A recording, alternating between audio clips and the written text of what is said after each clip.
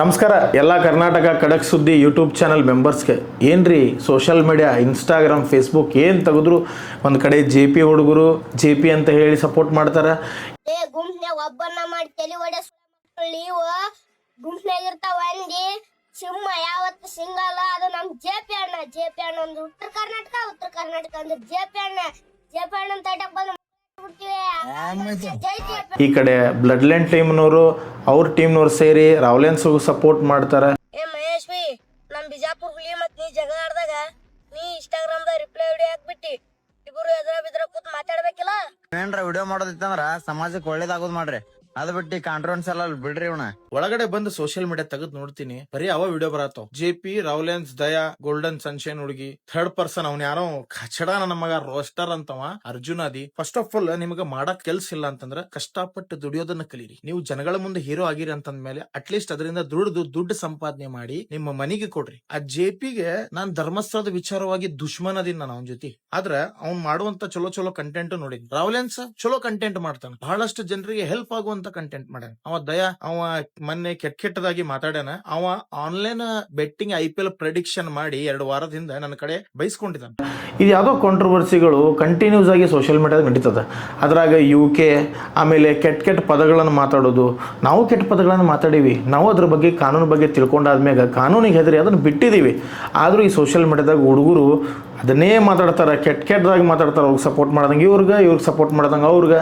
ಸುಮ್ಮನೆ ಇದು ನಂಗೆ ನೋಡಕ್ಕೆ ಒಂದು ಟೈಪ್ ನಾನ್ಸೆನ್ಸ್ ಅನ್ಸ್ಬಿಡುತ್ತೆ. ಅಷ್ಟೇ ಅಲ್ಲ, ನಾನು ಅದ್ರ ಬಗ್ಗೆ ಇವತ್ತು ಮಾತಾಡೋಕ್ಕೆ ಹೋಗ್ತಿಲ್ಲ. ಈ ವಿಡಿಯೋನ ಪೂರ್ತಿಯಾಗಿ ನೋಡ್ರಿ, ನಿಮ್ಗೊಂದು ಸತ್ಯವನ್ನು ತಿಳಿಸೋದಕ್ಕೆ ಇಷ್ಟಪಡ್ತೀನಿ. ನನಗೆ ಅವ್ರ ಬಗ್ಗೆ ಮಾತಾಡಿ ನಂಗೆ ಟೈಮ್ ವೇಸ್ಟ್ ಮಾಡೋಕ್ಕೆ ಇಷ್ಟ ಇಲ್ಲ. ನನ್ನನ್ನು ಫಾಲೋ ಮಾಡ್ತಿರುವಂಥ ವ್ಯಕ್ತಿಗಳಿಗೆ ಒಳ್ಳೆಯದನ್ನ ಬಗ್ಗೆ ಅಥವಾ ಯಾವುದೋ ಅನ್ಯಾಯದ ಬಗ್ಗೆ ಜನರಿಗೆ ಅರಿವು ಮೂಡಿಸ್ಬೇಕು, ಅದ್ರ ಬಗ್ಗೆ ತಿಳಿಸ್ಬೇಕು ಅನ್ನೋದೇ ನನ್ನ ಅಭಿಪ್ರಾಯ. ಅವ್ರ ಬಗ್ಗೆ ಮಾತಾಡಿ ನಾ ಈಗ ವ್ಯೂಸ್ ತೊಗೋತೀನಿ, ಲೈಕ್ ತೊಗೋತೀನಿ ಅಂತ ಅಂದ್ಕೊಂಡ್ರೆ ನೀವು ಇಲ್ಲ. ಈ ವಿಡಿಯೋನ ಪೂರ್ತಿಯಾಗಿ ನೋಡ್ರಿ, ನಿಮ್ಗೊಂದು ವಿಚಾರದ ಬಗ್ಗೆ ಅರ್ಥಪೂರ್ಣವಾಗಿ ತಿಳಿಸ್ತೀನಿ. ಅದೇನಪ್ಪ ಅಂತಂದ್ರೆ ನಾರಿ ಶಕ್ತಿ ವಂದನ ಅಧಿನಿಯಮ, ಮಹಿಳಾ ಮೀಸಲಾತಿ ಬಗ್ಗೆ ಮೊನ್ನೆ ಆಪೋಸಿಟ್ ಪಾರ್ಟಿದವರೆಲ್ಲರೂ ಸೇರಿ ಅದನ್ನು ಸ್ಟಾಪ್ ಮಾಡಿಸಿದ್ರು. 131ನೇ ಸಂವಿಧಾನ ತಿದ್ದುಪಡಿ ಮಸೂದೆ ವಿಫಲ. ಭಾರತದ ರಾಜಕೀಯದ ಮೇಲೆ ಇದರ ಗಂಭೀರ ಪರಿಣಾಮಗಳೇನು ಗೊತ್ತಾನೆ? ಇತ್ತೀಚೆಗೆ ಭಾರತದ ಸಂಸತ್ತಿನಲ್ಲಿ 131ನೇ ಸಂವಿಧಾನ ತಿದ್ದುಪಡಿ ಮಸೂದೆ CAB ಅಂಗೀಕಾರವಾಗದೆ ವಿಫಲವಾಗಿದೆ. ಇದು ಕೇವಲ ಒಂದು ಮಸೂದೆಯ ಸೋಲಲ್ಲ, ಬದಲಿಗೆ ಭಾರತದ ಮುಂದಿನ ರಾಜಕೀಯ ದಿಕ್ಕಿನ ಮೇಲೆ ಇದು ಭಾರೀ ಪರಿಣಾಮ ಬೀರಲಿದೆ.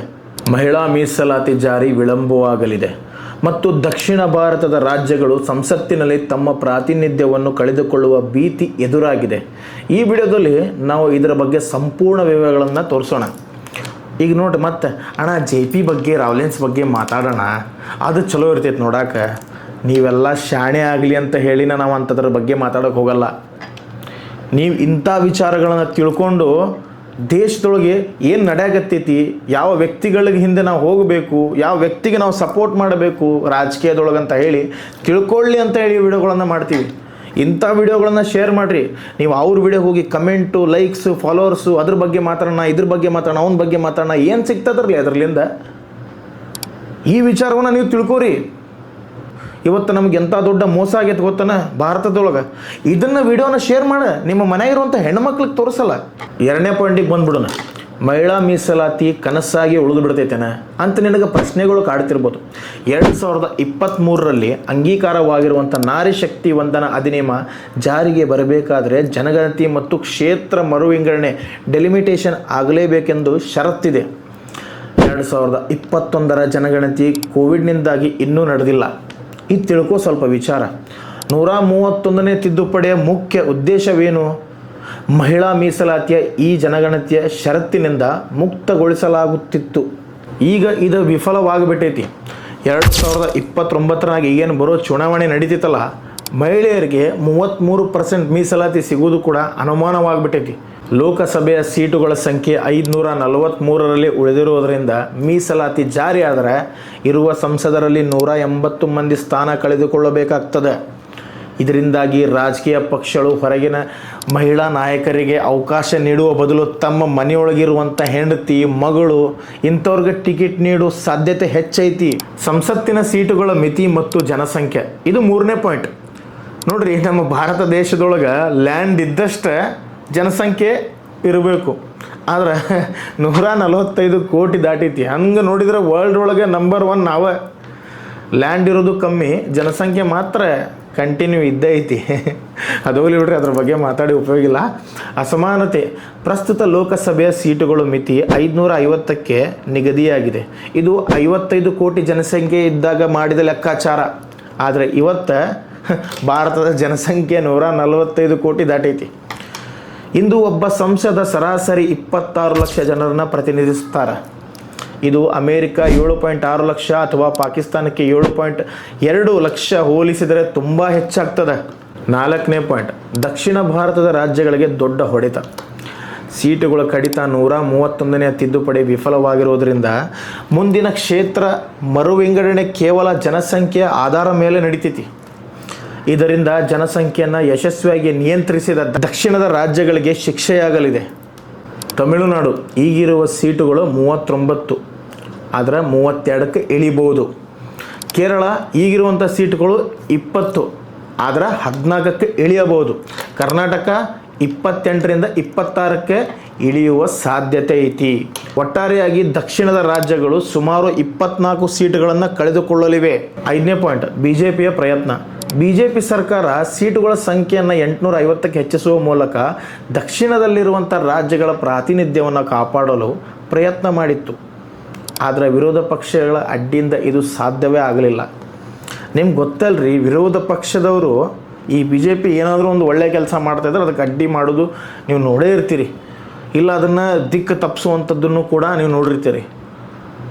ಯಾಕಪ್ಪ, ನಾಳೆ ಜನಸಂಖ್ಯೆ ಇನ್ನೂ ಜಾಸ್ತಿ ಆದಮೇಲೆ, ಪಿಗಳು ಜಾಸ್ತಿ ಆದಮೇಲೆ ಎಲ್ಲಿ ಬಿ ಜೆ ಪಿದವರು ಇನ್ನೂ ಮೆಜಾರಿಟಿ ಬಂದು ಗೆದ್ದು ಬಿಡ್ತಾರೆ ಅಂತ ಹೇಳಿ ಇವ್ರಿಗೊಂದು ಸ್ವಲ್ಪ ಇರೋದ ಬಿಡ್ರಿ. ರಾಜಕೀಯ ಅಂದ ಮೇಲೆ ಮತ್ತೇನು ಮಾಡೋಕ್ಕೆ ಬರೋದಿಲ್ಲ. ನಾವಂತರೂ ಅಲ್ಲಿ ಕುಂತು ಮಾತಾಡೋಕ್ಕಂತರೂ ಆಗೋದಿಲ್ಲ. ವಿಡಿಯೋಗಳ ಮುಖಾಂತರ ನಿಮಗೆ ತಿಳಿಸ್ತಿರ್ತೀವಿ. ಅಟ್ಲೀಸ್ಟ್ ನಾವು ಮಾತಾಡಿದ್ದನ್ನು ಸ್ವಲ್ಪ ಜನಕ್ಕೆ ಶೇರ್ ಮಾಡಿರಿ, ತಿಳಿಸ್ರಿ. ಯಾರು ಎಲ್ಲಿ ಏನು ಮಾಡಕತ್ತಾರ, ಯಾರು ವಿರೋಧ ಮಾಡಕತ್ತಾರ ಅದನ್ನು ಪ್ರತಿಯೊಂದನ್ನು ತಿಳಿಸ್ತೀವಿ. ನೀವು ನೋಡಿ ಶೇರ್ ಮಾಡಿರಿ. 6ನೇ ಪಾಯಿಂಟ್, ಕ್ಷೇತ್ರ ಮರು ವಿಂಗಡಣೆ ಆಯೋಗದ ಸ್ವಾತಂತ್ರ್ಯ. ರಾಜಕೀಯ ಹಸ್ತಕ್ಷೇಪ. ಕ್ಷೇತ್ರ ಮರು ವಿಂಗಡಣೆ ಆಯೋಗಕ್ಕೆ ಸಾಂವಿಧಾನಿಕ ಮಾನ್ಯತೆ ಇಲ್ಲದ ಕಾರಣ ಹಿಂದೆ ಸಾಕಷ್ಟು ರಾಜಕೀಯ ಹಸ್ತಕ್ಷೇಪಗಳು ನಡೆದವ. 2008ರಲ್ಲಿ UPA ಸರ್ಕಾರದ ಅವಧಿಯಲ್ಲಿ ಮತ ಬ್ಯಾಂಕ್ಗಳನ್ನು ಗಮನದಲ್ಲಿಟ್ಟುಕೊಂಡು ಕ್ಷೇತ್ರಗಳನ್ನು ವಿಭಜಿಸಲಾಗಿತ್ತು. ನೋಡ್ರಿ, ಅವ್ರು ಮಾಡಿದ್ದು ಕರೆಕ್ಟ್, ಆದರೆ BJP ಸರ್ಕಾರ ಮಾಡಿದರೆ ಅದಕ್ಕೆ ವಿರೋಧ ಮಾಡೋದು. ಏನು ಶಾಣೆ ಅದಾರ್ರಿಪ್ಪ ಇವರು. ನನ್ನ ವಿಡಿಯೋನ ಸ್ಕಿಪ್ ಮಾಡಲಾರ್ದು ನೋಡಿರಿ. ಇನ್ನೂ ಬಹಳಷ್ಟು ವಿಡಿಯೋಗಳು ನನ್ನ ಯೂಟ್ಯೂಬ್ ಚಾನಲ್ನಾಗ ಅದಾವೆ.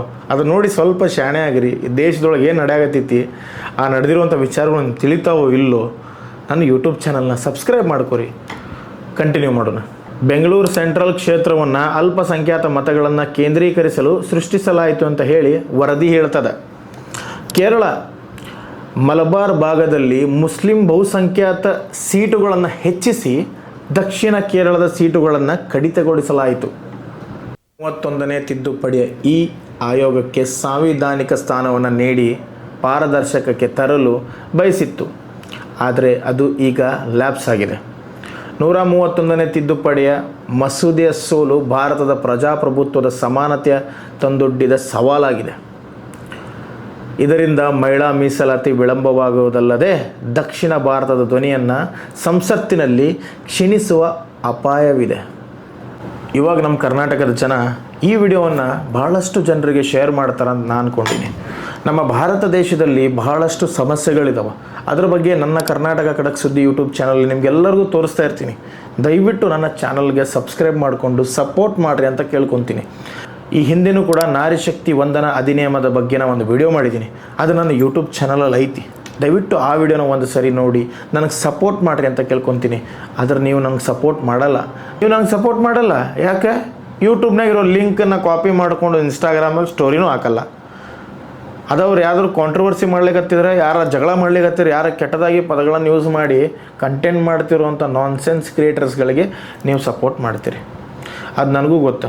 ಎಷ್ಟೋ ಸೋಷಿಯಲ್ ಮೀಡ್ಯಾದಲ್ಲಿರುವಂಥ ಕಂಟೆಂಟ್ ಕ್ರಿಯೇಟರ್ಸ್ಗಳು ನನ್ನ ವಿಡಿಯೋನ ನೋಡ್ತಾರೆ. ನೋಡಿದಾದ್ಮೇಲೆ ನನ್ನ ವಿಡಿಯೋಗೆ ಸ್ಟೋರಿ ಹಾಕಿ ಸಪೋರ್ಟ್ ಮಾಡಬೇಕು ಅನ್ನೋದು ಅವ್ರ ಮನಸ್ಸೊಳಗೆ ಬರಲ್ಲ. ಅವರು ಕೂಡ ನನ್ನ ಥರ ಧ್ವನಿ ಎತ್ತಿ ಮಾತಾಡಲ್ಲ. ದಯವಿಟ್ಟು ಮಾತಾಡ್ರಿ. ನಮ್ಮ ದೇಶದಲ್ಲಿ ಕರ್ನಾಟಕ ರಾಜ್ಯದಲ್ಲಿ ಬಹಳಷ್ಟು ಸಮಸ್ಯೆಗಳಿದ್ದಾವೆ. ರಾಜಕೀಯ ವ್ಯಕ್ತಿಗಳು ನಮಗೆ ಮೋಸ ಮಾಡ್ತಿರುವಂಥ ವಿಚಾರಗಳನ್ನ ನಮ್ಮ ಕರ್ನಾಟಕದ ಯೂತ್ಸ್ಗಳಿಗೆ ತಿಳಿಸಿ ಎಜುಕೇಟ್ ಮಾಡುವಂಥ ಅವಕಾಶ ನಮಗೆ ಯೂತ್ಸ್ ಕರ್ನಾಟಕದ ಜನತೆ ಕೊಟ್ಟಿದ್ದಾರೆ. ಅದನ್ನು ಮಾಡ್ರಿ ಅಂತ ಕೇಳ್ಕೊತೀನಿ. ಇಷ್ಟು ಹೇಳ್ತಾ ನನ್ನ ಮುಂದಿನ ವಿಡಿಯೋಗಾಗಿ ಕಾಯ್ತಿರುವಂಥ ನಮ್ಮ ಕರ್ನಾಟಕ ಖಡಕ್ ಸುದ್ದಿ ಎಲ್ಲ ಯೂಟ್ಯೂಬ್ ಚಾನಲ್ ಮೆಂಬರ್ಸ್ಗೆ ಮತ್ತೊಮ್ಮೆ ಥ್ಯಾಂಕ್ಸ್ ಹೇಳ್ತೀನಿ. ಯಾರು ಹೊಸದಾಗಿ ಬಂದಿದ್ದರೆ ಸಪೋರ್ಟ್ ಮಾಡಿ, ಸಬ್ಸ್ಕ್ರೈಬ್ ಮಾಡಿರಿ ಅಂತ ಕೇಳ್ಕೊತೀನಿ. ನಮಸ್ಕಾರ.